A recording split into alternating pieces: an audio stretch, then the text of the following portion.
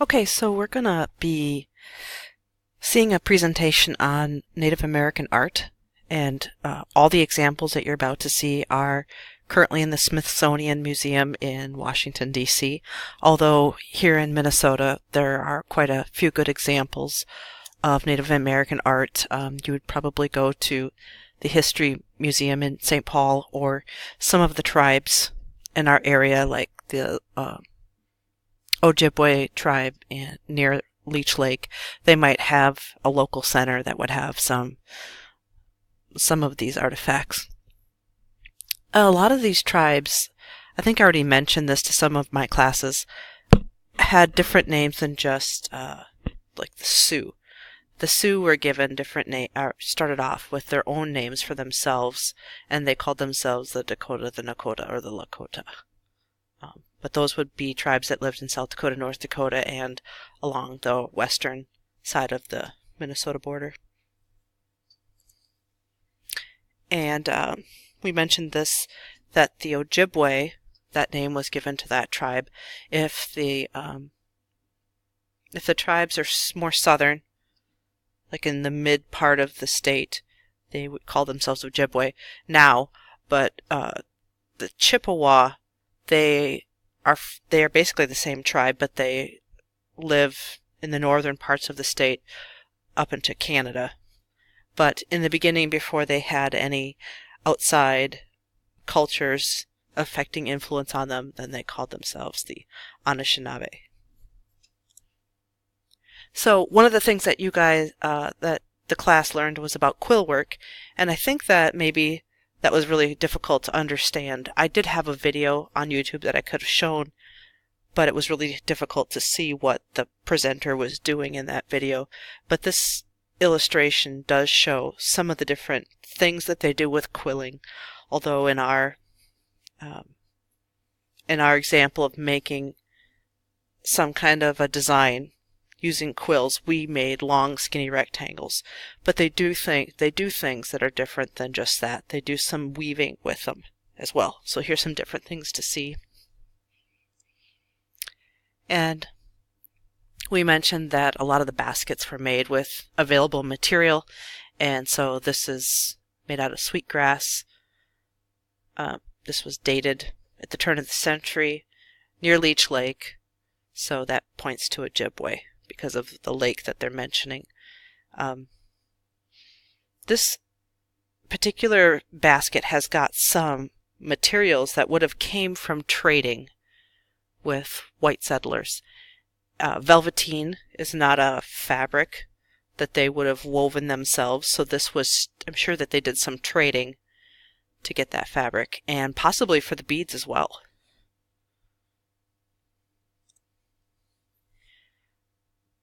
This is birch bark. You probably know birch bark by those birch trees where you can peel the white paper bark off from it. You can see the edges, the seams that have been sewn together to construct it. And it does have some quill work on it. So all what would look like flat embroidery would be porcupine quills that have either been dyed or not dyed.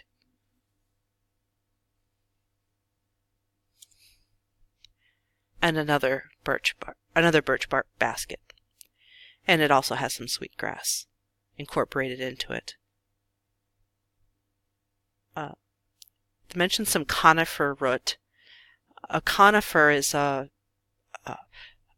tree like a pine tree. So I'm just inferring here, but it would be, I would assume that a conifer root would be some tree roots. So they must have dug up some roots and maybe pounded the fibers until that they were like thread, and then they used that for it's somewhere it's incorporated. I'm assuming it's their weaving or their sewing. Techniques say cut, bent, dyed, and stitched. So that's kind of nice to see that line down at the bottom there where it says techniques. That you can see, you can get an idea on how some of this was fabricated. And chances are this was used to store to store things or to present things, either at a meal or to storage of food or storage of items. A woven bag from the 1880s. This is wool yarn, and there were not any sheep in this area, so this would have been materials that they would have gotten, again, from trading. Very beautiful design. And as you're looking at some of these designs, maybe you can think back to the design that you just finished making and just wonder about the similarities of what you came up with and what another artist came up with.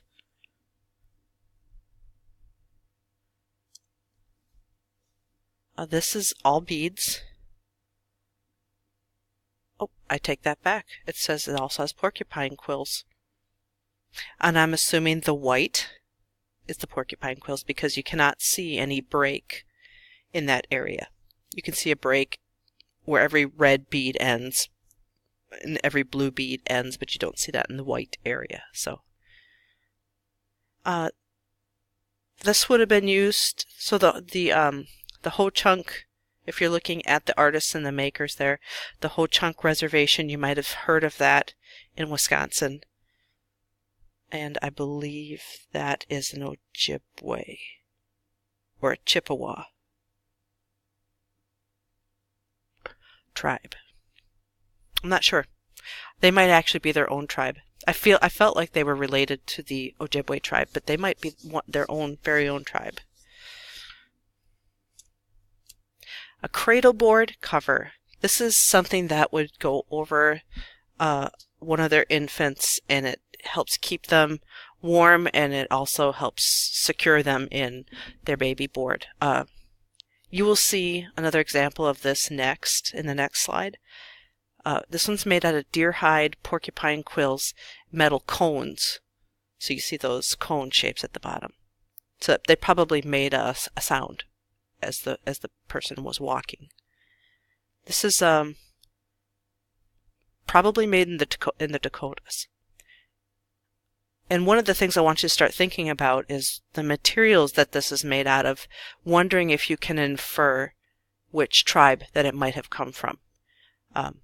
Or what you can, if you find out that the Dakota Indians used a lot of porcupine quills and another group used more items that would have come from trading with white settlers, if you can make any connection as to why that would be. I'll ask you that question at the end of the presentation. So in this next slide, you're going to get a chance to see a different tribe's baby board. This is Ojibwe. But now at least you get a chance to see how it's used, how it's wrapped around the baby, secures the baby in.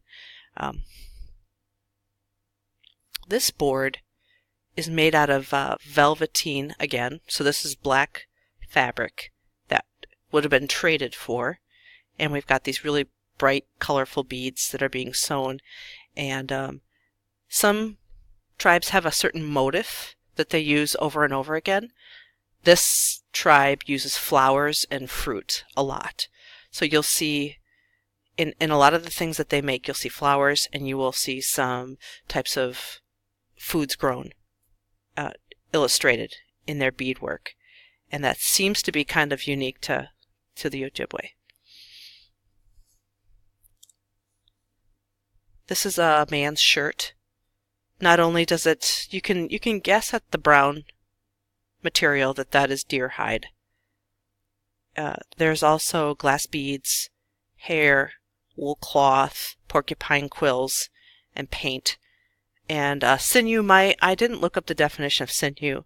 My memory is that the definition is some type of organ in the animal that is cut in such a way that when it's dried, it's very, very tough, and they can use it not quite like thread, because it's obviously going to be thicker than that, but it's like a really heavy, like a heavy rope but they use it for sewing.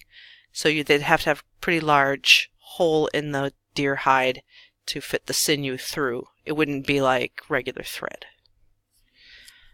So this was made by a Dakota Indian,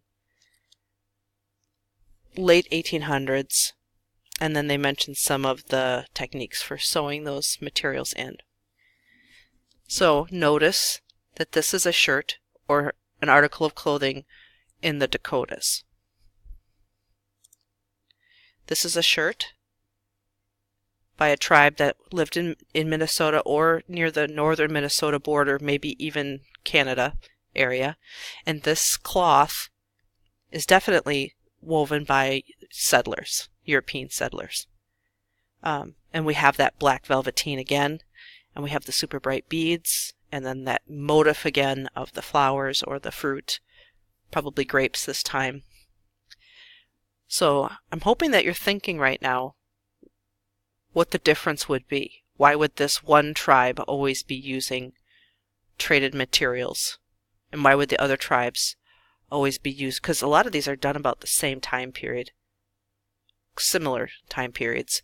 The other shirt was in the late 1800s. This is 1920, so there's like a 40-year gap between the two. And that could actually speak to something too. The later it is, probably the more access they have to white settlers to trade with. This is a bow case. This would have held arrows, maybe even the long bow. And the materials here: buffalo hide, beads, porcupine quills, sinew, and paint, much like what was used on that shirt. I think I'll just move on with this one. This is made in the late 1800s, so this was made about the same time period that that other shirt was made by the Lakota, the one that had the hair sewn on the shirt. This would have been Chippewa, so this would mean northern Minnesota in the late 1800s. And again, we've got really bright beads with flowers, plant life sewn on the side for decoration. A saddle pad, I'm assuming that this was just to make the ride more comfortable for the rider on the horse. These are leggings, late 1800s. They look pretty worn. These were worn quite a long time. So in the same way that someone would put something over their ankles and their lower calf, that's how these would have fit. Seems like they're not quite sure if these were made in Minnesota or Wisconsin, but it's a Chippewa tribe. The beadwork looks very similar to a lot of the beadwork we've already seen. It's on top of black velveteen again.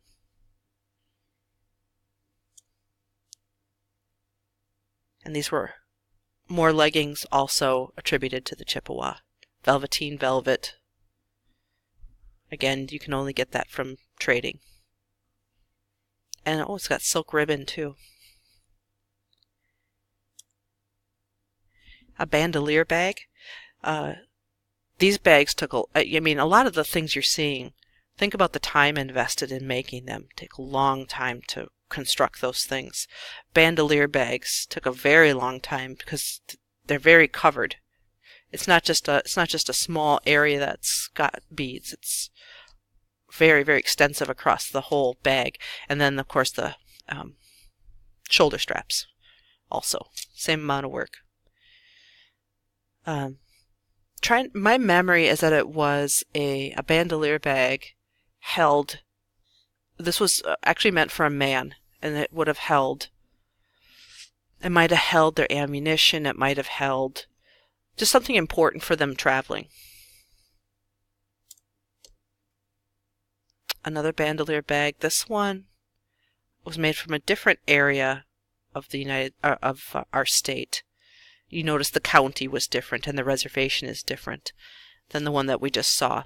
So it looks like if enough space or enough geography is in between two tribes, you're going to see a slightly different style. And my take is that this was a tribe further north or northwest, because White Earth, I believe, is pretty far up there in the state. This has wool. This does not have the black velveteen, which makes me wonder if there is a certain tribe that had a certain group of people they traded with